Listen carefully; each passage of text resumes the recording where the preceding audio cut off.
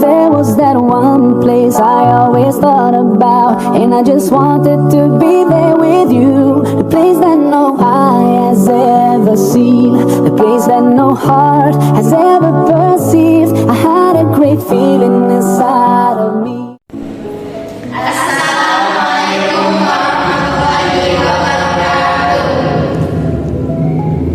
Alhamdulillah, wassalatu wassalamu ala rasulillah wa ala alihi wa sahbihi wa mawala wa la hawla wa la quwwata illa billah, amma ba'du. Ana Raisal Majlis Kisyair Salarif, Ismi Ais Silawati, Ismi Farman Ferdausi, Ismi Zulfa Awati Zahra, Ismi Ikan Misada. nahnu firqatul khamisah, nahnu nuridu an nunaqis kitab fikih Kifayatul Akhyar fi mawdu' sholatul jam'i wal qasri. Bismillahirrahmanirrahim. Wa yajuzu, dan boleh lil musafiri, bagi seorang musafir, ayya jemaah, untuk menggabungkan bainaz zuhri, di antara sholat zuhur, wal asri, dan sholat asar, wa bainal maghribi, dan di antara sholat maghrib, wal isya'i, dan sholat isya, fi waqti ayyihuma, di dalam waktu keduanya itu, sya'a, yang dikehendakinya. Kita diperbolehkan untuk menjamak sholat ketika kita dalam perjalanan yang jauh, yaitu kita bisa menjamak sholat antara sholat zuhur dengan sholat asar, dan sholat maghrib dengan sholat isya. Kalau dikerjakannya pada waktu pertama, itu dinamakannya jamak takdim. Kalau misalkan kita mengerjakannya itu di sholat yang keduanya, maka dinamakan jamak takhir. Sholat jamaah itu ada 4 yang diperbolehkan, yakni sholat zuhur, sholat asar, sholat maghrib, dan sholat isya. Sholat subuh tidak bisa dijamak dengan sholat yang lainnya. Adapun syarat-syarat untuk menjamak sholat takdim, yaitu ada 3. Yang pertama, memulai dengan sholat pertama, yakni dengan mengerjakan sholat zuhur. Misalkan sholat zuhur dengan sholat asar, berarti sholat zuhur dulu yang dikerjakan, baru sholat asar. Lalu sholat maghrib dulu, baru sholat isya. Yang kedua itu, syarat yang kedua itu ada niat, yakni kita itu berniat ketika takbiratul ihram, ketika sholat pertama, atau juga bisa pada pertengahan sholat. Adapun syarat yang ketiga yaitu berkesinambungan antara sholat yang pertama dengan sholat yang kedua. Jadi tidak boleh terpisah antara sholat yang pertama dengan sholat yang kedua. Kalau terjadi pemisah antara kedua sholat itu, kalau pemisahnya lama, berarti kita tidak boleh menggabungkan sholat yang kedua itu pada sholat yang pertama. Jadi sholat yang keduanya itu dikerjakan pada waktunya sendiri. Baik lamanya pemisah itu karena misalkan lupa, atau ada halangan lain, atau pingsan, itu tetap tidak boleh digabungkan. Sedangkan kalau pemisah antara sholat yang pertama dengan sholat yang kedua itu tidak lama, dalam artian sebentar gitu ya, itu boleh digabungkan antara sholat yang pertama dengan sholat yang kedua. Selanjutnya yakni sholat jamak takhir, yaitu tidak disyaratkan berurutan atau berkesinambungan antara sholat yang pertama dengan sholat yang kedua. Dan kita diwajibkan untuk berniat terlebih dahulu untuk mengerjakan sholat jamak takhir.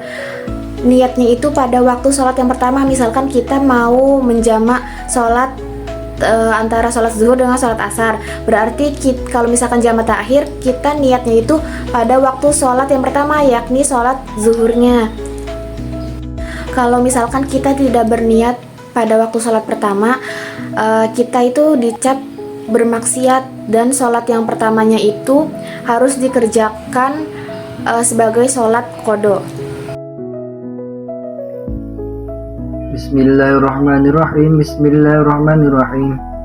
Wa yajuzu, dan boleh, lil hadiri, bagi orang yang ada di rumah, fil matari, pada waktu hujan, ayyajma'a, untuk mengumpulkan bainahuma, dua sholat, fi waqtil ula, dalam waktu yang pertama, minuma, dari dua sholat.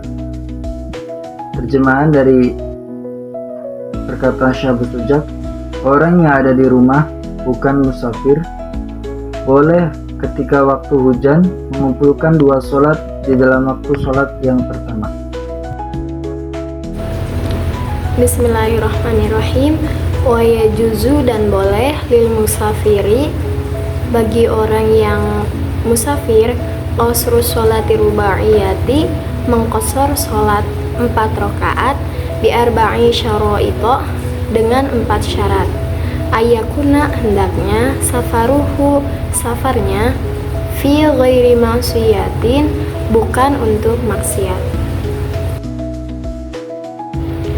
Salat qasar yaitu meringkas jumlah rakaat salat dari 4 rakaat menjadi 2 rakaat. Nah, adapun salat yang boleh diqasar yaitu salat zuhur, salat asar dan juga salat isya. Karena ketiga salat tersebut yaitu 4 rakaat dan diperbolehkan untuk diqasar menjadi 2 rakaat.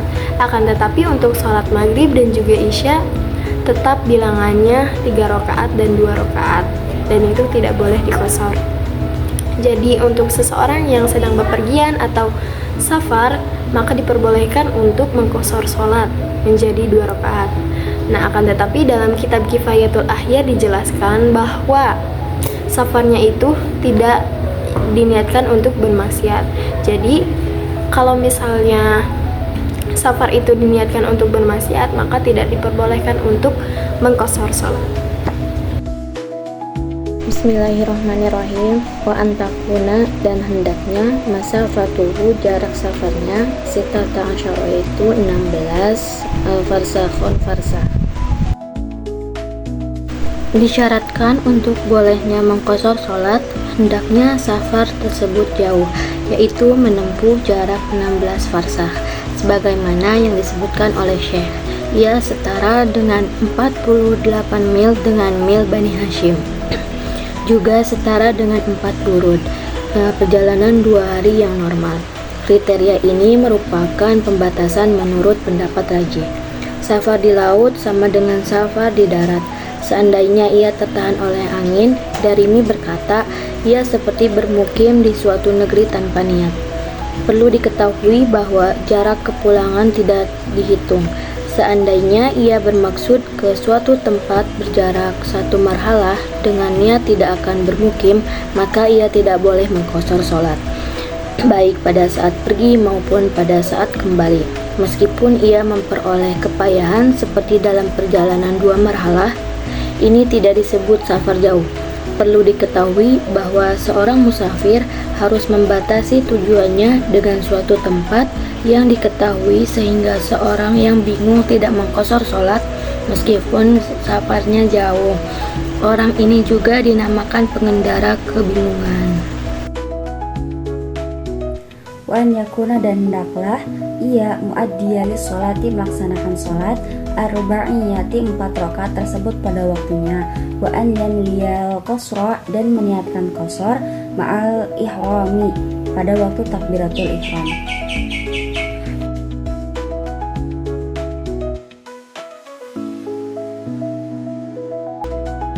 Saat ingin melakukan salat qasar atau menyingkat salat 4 rakaat menjadi 2 rakaat saat safar, seseorang harus yang pertama melakukan salat tersebut dalam waktunya, misalnya salat zuhur pada waktu zuhur. Dan kedua, berniat qasar sejak awal salat, tepatnya saat takbiratul ihram yang pertama. Jika tidak berniat qasar sejak takbiratul ihram, maka salatnya dianggap salat sempurna, yaitu 4 rakaat bukan salat qasar.